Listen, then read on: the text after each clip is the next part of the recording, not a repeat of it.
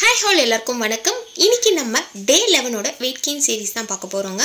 காலையில் எழுந்ததும் ஃப்ரெஷ்ஷப் ஆகிட்டு பார்த்தீங்கன்னா வீடியோ எடுத்துகிட்டு இருக்கேன். மார்னிங் எழுந்ததுமே பார்த்தீங்கன்னா தண்ணி போட்டுட்டு பால் அடுப்பில் வச்சாச்சு. நிறைய பேர் பார்த்தீங்கன்னா எம்டி ஸ்டொமக்கில் வாட்டர் எடுத்துக்க மாட்டேங்க. ஸோ காலையில் எழுந்த உடனே தண்ணி குடிக்கிறதுக்கு வாமிட் வர மாதிரி தான் இருக்கும். பட் ஆனால் தண்ணி குடிக்கிறதுனால நமக்கு நீர்ச்சத்து ரொம்பவே அதிகரிக்கும். இப்போ உடம்புல 70% தான் நீர்ச்சத்து இருக்கும். பட் காலையில் எழுந்து நம்ம குடிக்கிறதுனால நமக்கு நிறைய பெனிஃபிட்ஸ் இருக்குங்க. பால் அடுப்பில் வச்சுட்டு பால் நல்லா திக்காக காய வச்சுருக்கேன். ஃபஸ்ட்டு ஹை ஃப்ளேமில் வச்சுட்டு அப்புறம் லோ ஃப்ளேமில் வைங்க. பால் பொறுத்த வரைக்கும் நீங்கள் பசும்பால் பயன்படுத்துறது ரொம்ப நல்லது. அப்படி உங்களுக்கு பசும்பால் கிடைக்கலனா மட்டும் நீங்கள் கடைகளில் கிடைக்கக்கூடிய ஃபுல் க்ரீம் மில்க்கை நீங்கள் பயன்படுத்திக்கோங்க. இல்லைனா ஆவின் பால் இருக்குது பார்த்தீங்களா, அதில் ஆரஞ்சு கலர் ட்ரை பண்ணுங்கள். ஸோ அதில் பார்த்தீங்கன்னா ஃபுல்லாக உங்களுக்கு ஃபேட் கிடைக்கும். ஸோ கொழுப்பு சத்து அதிகமாக இருக்கக்கூடிய பாலை பயன்படுத்துறது ரொம்ப நல்லது. பால் ஹை ஃப்ளேமில் வச்சு ஒரு 5 நிமிஷம் கொதிக்க விட்டதுக்கப்புறமா லோ ஃப்ளேமில் வச்சு அதோட ஏடு வர அளவுக்கு நல்லா கொதிக்க விட்டு அந்த பாலை குடிங்க. ஸோ இப்படி எடுக்கிறது மூலிமா அதில் ஃபுல் ஃபேட் உங்களுக்கு கிடைக்கும். ஏடோட பால் எடுத்துக்கோங்க. வீட்டில் இருக்கவங்களாம் பால் குடிக்க மாட்டாங்க, அவங்களுக்கு டீ போட்டுட்டேன். ஸோ எனக்கு மட்டும் பார்த்தீங்கன்னா பால் எடுத்துருக்கேன். பால் ஒரு 3/4 கிளாஸ் அளவுக்கு நான் எடுத்துக்கிறேன். இது கூட பார்த்தீங்கன்னா நீங்கள் நட்ஸ் கூட சேர்த்து எடுத்துக்கலாம். மார்னிங் பிரேக்ஃபாஸ்ட்டுக்கு பழுது தான் எடுத்திருக்கேங்க. ஸோ ஃபேமிலி ஃபுல்லாகவே பார்த்தீங்கன்னா காலையில் பழுது தான் சாப்பிட்டோம். ஏன்னா இதில் நிறைய சத்து நமக்கு கிடைக்கும். ஸோ வெயிட் ஏற்றணும்னு நினைக்கிறவங்க பழுது கண்டிப்பாக எடுத்துக்கோங்க. அதாவது உங்களுக்கு பழுது சாப்பிட பிடிக்கலைன்னா காலையில் வடித்த சாதம் கொஞ்சம் மிக்சியில் சேர்த்து தயிர் சேர்த்து கொஞ்சம் தண்ணி சேர்த்து நல்லா அரைச்சி எடுத்துக்கோங்க.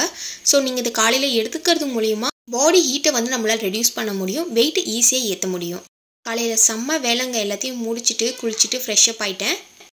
நம்ம ப்ரெசண்ட்டாக வச்சுக்கிட்டா தான் காலையில் ரொம்பவே சிறப்பாக இருக்கும். என்னை பொறுத்த வரைக்கும் காலையில் எழுந்த உடனே ஃப்ரெஷ்ஷப் ஆகிட்டு தான் நான் சமையல் கட்டுக்கே வருவேன். ஸோ அது எனக்கு ரொம்பவே பிடிக்கும். முந்திரி, பாதாம், பிஸ்தா இதெல்லாம் சாப்பிட்டா தான் வெயிட் ஏறும்னு கிடையாதுங்க. இதுக்கு பதிலாக நீங்கள் பீனட் கூட எடுத்துக்கலாம். பீனட் கடைகளில் வாங்கும் போதே வறுத்த வேர்க்கடலையாக பார்த்து வாங்கிக்கோங்க. அப்படி பச்சை வேர்க்கடலையாக வாங்கிட்டு வந்தாலும் வீட்டில் ஒரு வாட்டி நல்லா வறுத்துட்டு கண்டெய்னரில் ஸ்டோர் பண்ணிக்கோங்க. நான் வறுத்த வேர்க்கடலையை பார்த்தீங்கன்னா லைட்டாக வறுத்துட்டேன். இது நான் கண்டெய்னரில் ஸ்டோர் பண்ணியிருக்கேன். அப்பப்போ பசிக்கும் போது ஈவினிங் டைமில் ஒரு கைப்பிடி சாப்பிடுவேன். இப்போ பார்த்தீங்கன்னா டைம் 11 மணி ஆகுது. கொஞ்சம் ஒரு கைப்பிடி அளவு மட்டும் நான் காலையில் எடுத்துக்கிட்டேன்.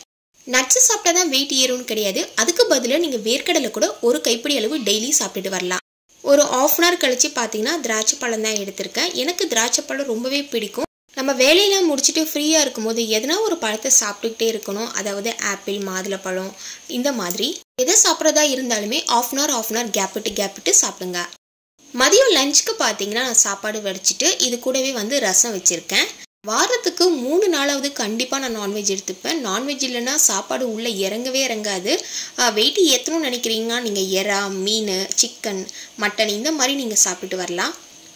இன்றைக்கி லஞ்சுக்கு பார்த்தீங்கன்னா எறா தொக்கு தான் வச்சுருக்கேன். எறா தொக்குனா எனக்கு ரொம்ப ரொம்ப பிடிக்கும். எறாவை பட்டரில் டோஸ்ட் பண்ணி சாப்பிட்றதுமே எனக்கு ரொம்ப பிடிக்கும். ஸோ அதோட டேஸ்ட் செம்மையாக இருக்கும். ஒரு நாள் அது எப்படி செய்யணும்னு சொல்லிவிட்டு நான் உங்களுக்கு வீடியோ போடுறேன். என்னோடய ஸ்டைலில் நான் அதை செய்வேன்.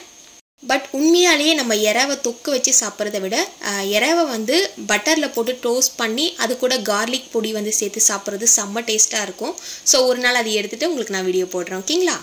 எறா தொக்கு வச்சுட்டேன். பட் ஆனால் ரசம் இல்லைன்னா வேலைக்கே ஆகாதுங்க. ஏன்னா ரசம் இல்லாமல் நான் சாப்பிடவே மாட்டேன். ரசம் இருந்தாலே போதும், வெறும் சாப்பாடு போட்டுட்டு ஊறுகாய் தொட்டுக்கிட்டு ரசம் மட்டுமே சாப்பிட்ருவேன். சரி, ஓகே, சாப்பாடெலாம் போட்டுட்டு முதல்ல எறா தொக்கு போட்டு நல்லா சாப்பிட்டாச்சு. அதுக்கப்புறமா ரசம் ஊற்றி மதியம் லஞ்சை கம்ப்ளீட் பண்ணிட்டேன். லஞ்ச்லாம் கம்ப்ளீட் பண்ணி முடிச்சதுக்கப்புறமா கொஞ்ச நேரம் டிவி பார்த்துட்டு ஒரு 4:30 போல் பார்த்தீங்கன்னா 3 மாதுளப்பழம் எடுத்திருக்கேன். ஈவினிங் டைம் ஒரே பாலாவே எடுத்துக்கிறோன்னு சொல்லிட்டு மாதுளப்பழம் ஜூஸ் எடுத்துக்கலான்னு ஒரு 3 மாதுளப்பழத்தை உரித்து மிக்சியில் போட்டுட்டு அதில் 2 பாதாம் இருக்குல்லங்க, அதையும் சேர்த்து நல்லா அரைச்சி எடுத்திருக்கேன். ஸோ ஈவினிங் டைமில் கொஞ்சம் ரிஃப்ரெஷ்மெண்ட்டாக இருக்கும். பிளட் லெவல் ரொம்ப கம்மியாக இருக்குன்றதுனால மாதுளப்பழம், பீட்ரூட் அதிகமாக சாப்பிட சொல்லியிருக்காங்க. டெய்லியுமே மாதுளப்பழம் எடுத்துகிட்டு தான் இருக்கேன். ஈவினிங் டைம் பால் குடிக்கிறதுக்கு பதிலாக மாதுளப்பழம் ஜூஸ் எடுத்துக்கிட்டேன். காலையிலே பார்த்தீங்கன்னா பச்சை பட்டாணி ஊற வச்சுருக்கேன். ஸோ பாப்பாவுக்கு சுண்டல் மாதிரி செஞ்சு தரலான்னு.